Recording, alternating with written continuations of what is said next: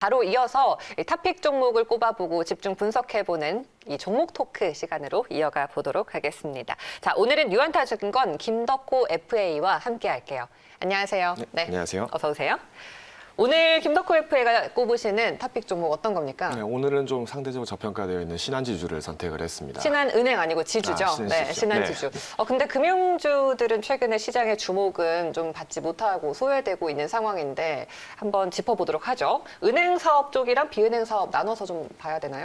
네, 먼저는 제가 앞서서 이제 신한지주를 신한은행으로 좀 더 강조드린 이유가 먼저 기존에 이제 신한지주 금융 자체는 이제 은행으로서 사업을 시작을 했었습니다. 그러니까 결국에는 이제 영위하는 사업은 크게 두 가지로 말씀을 드릴 수 있는데, 먼저는 이제 예금과 대출의 마진을 이용해서 영업을 하는 은행 부분에 대한 사업 부분을 영위를 하고 있고요. 이 부분들은 아마 이제 많은 시청자분들이 이미 친숙하게 접근을 하시면서 주택에 대한 담보 대출을 하시거나 이럴 때 많이 접하셨을 거라고 보고 있습니다. 자, 근데 이제 두 번째 사업은 이제 결국은 이제 비은행 영업이라고 이야기를 하는 부분인데요. 이 부분들이 조금 생소하게 들리시는 분들을 위해서 좀 자세하게 말씀을 드리자면은, 기존에 우리가 사용하고 있는 어떤 카드라든가 보험, 그리고 이제는 펀드를 비롯한 어떤 유가 증권에 대한 어떤 시장들을 활용을 함으로써 이 부분들의 사업, 즉 이제 중장기적인 투자 시장까지도 노려보고 있다라는 부분들로 보았을 때는 이제 신한지주, 즉 이제 기존의 은행이 아닌 이제는 금융지주사로서 이제 다양한 포트를 운용을 하고 있다라는 부분들을 강조드리면서, 오늘 이제 이 신한지주의 초점은 기존에는 은행에 대한 매제 마진에 대한 부분이었다면 이제는 비은행 수익과 관련된 부분들을 조금 더 집중적으로 다뤄볼 예정입니다. 네네. 지금 신한지주 혹은 여타 금융주들까지 우리 좀 같이 비교를 해볼 수 있겠는데요. 동종업계 현황은 어떤가요?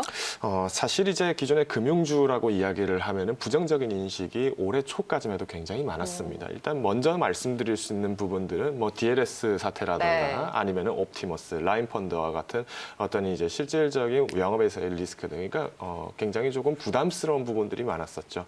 실제로 전년도의 여파들이 올해 코로나까지도 터지게 되다 보니까 어떤 펀드 잔고에 대한 어떤 환매가 높아지면서 잔고율이 급락하게 되는 이런 부분들이 사실은 이제 비은행 이자 부분이나 이런 부분들에서 많은 타격을 입었다라고 좀 말씀드릴 수 있을 것 같은데요.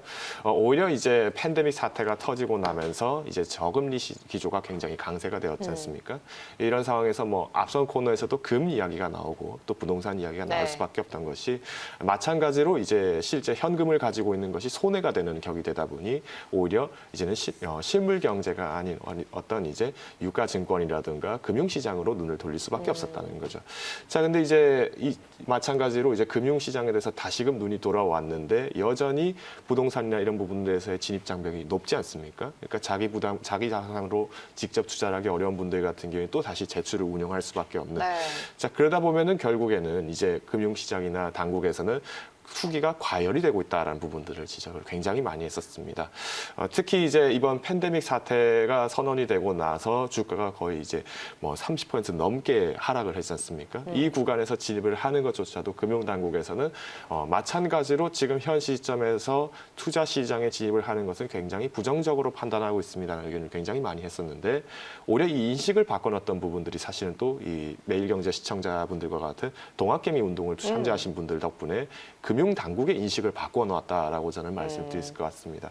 실제로 이제 마찬가지로 정책에서도 이제 투자 부분들에 대해서 조금 과열 시장에 대한 우려들이 계속 나오고 있었고, 지난 3월 20일, 23일부터 해서 팬데믹 이후부터 지금까지도 현행 정부에서는 마찬가지로 투기 시장에 대해서의 경고를 날리고 있습니다. 자, 일단 이런 부분에서 어디까지나 버블 시장에 대한 우려감들이 나타났었는데, 이 부분들의 반사적인 수혜로 본다라면 오히려 증권사라든가 아니면은 이런 유가 증권을 취급하고 있는 지주사들 같은 경우에도 거래 매매가 일어났기 때문에 오히려 더 수익이 잡히지 않았겠느냐 정도로 볼 수 있을 것 같습니다. 네.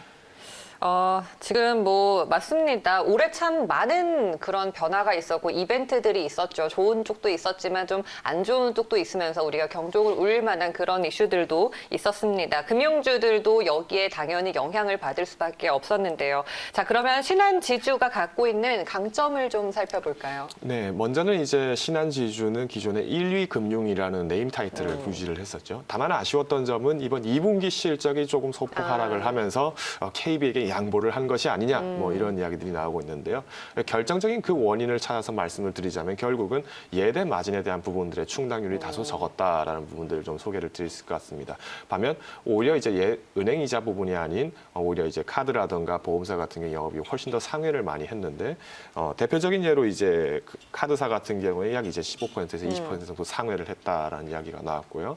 오히려 카드사가 보험사 같은 경우에 지금 신한지주 같은 경우에 보험사를 크게 두 회사를 운용을 하고 네. 있습니다. 하나는 신한생명 그리고 하나는 2018년도에 인수 체결을 한 오렌지라이프 이 두 가지가 있는데요.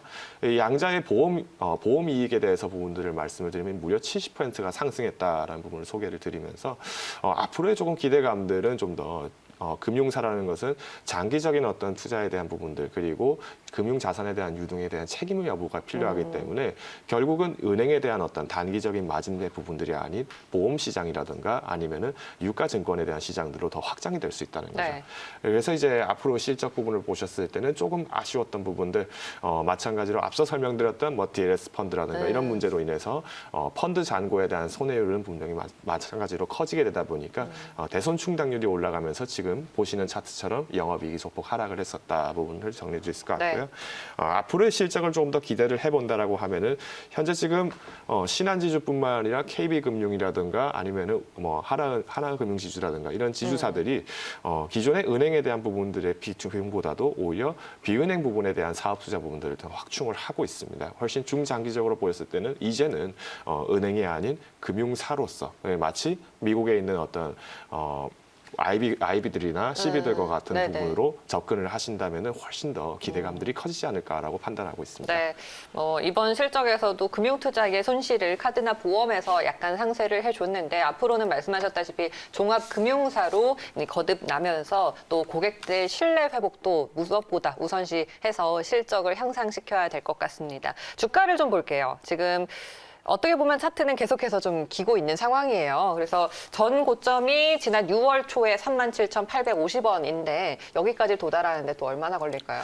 사실 이제 금융주 같은 경우의 특성상 경기 민감주지 않습니까? 특히 이제 지난 영업일 때 증권 섹터들이 굉장히 강세가 나타났던 이유는 어디까지나 코로나로 인해서 경기 회복은 둔화가 될 것이지만 이에 대해서 오히려 반발 매수, 즉 우리 이제 많은 투자자분들이 이제 매수를 적극적으로 하시면서 이에 대한 거래 마진세가 나타났기 때문에 영업이익이 전환됐다라고 말씀드릴 텐데요. 오히려 지주사 같은 경우에는 지금 마찬가지로 단기간에서의 회복은 굉장히 어려울 수 있다라는 부분을 좀 제안을 드리겠습니다. 그럼에도 불구하고 제가 오늘에 있어서의 굉장히 탑픽 종목으로 말씀을 드린 이유는 여전히 금융주에 대한 평가는 굉장히 낙소하게 평가가 되어 있는 상황이고요. 앞으로 다가올 이제 달러에 대한 약세라든가 이런 부분들 그리고 특히 미국 같은 경우에는 또 정권에 대한 교체 시기들이 또 나타나게 됩니다. 이런 부분들까지도 정책적인 이슈 그리고 이제 최근 이제 9월이 다시 9월 15일이 되면 또 공매도에 대한 이슈들이 나오기 시작하면서 결국은 조정이라든가 이런 부분이 나타날 때 상대적으로 버텨줄 수 있는 금융 섹터는 어디가 될 것인가를 보면 오히려 이런 지주사들 그리고 이제 금융사들에서 은행 관련 종목들이 굉장히 견고한 방어선을 만들고 이후에 어닝 컨센서스로 화답할 가능성이 굉장히 높다라는 부분을 짚어드리면서 마찬가지로 현 시점에서의 박스권에서는 오히려 어닝 기대에 대한 실적으로 진입을 하시는 게 맞지 않을까로 제안을 드리겠습니다. 알겠습니다. 네, 오늘 종목 토크의 탑픽 종목은 신한지주였고요. 이 실적의 개선세와 더불어서 주가 상승까지도 기대를 해보자라고 정리하겠습니다. 오늘 김덕호 FA 말씀 여기까지 듣도록 할게요. 고맙습니다. 감사합니다.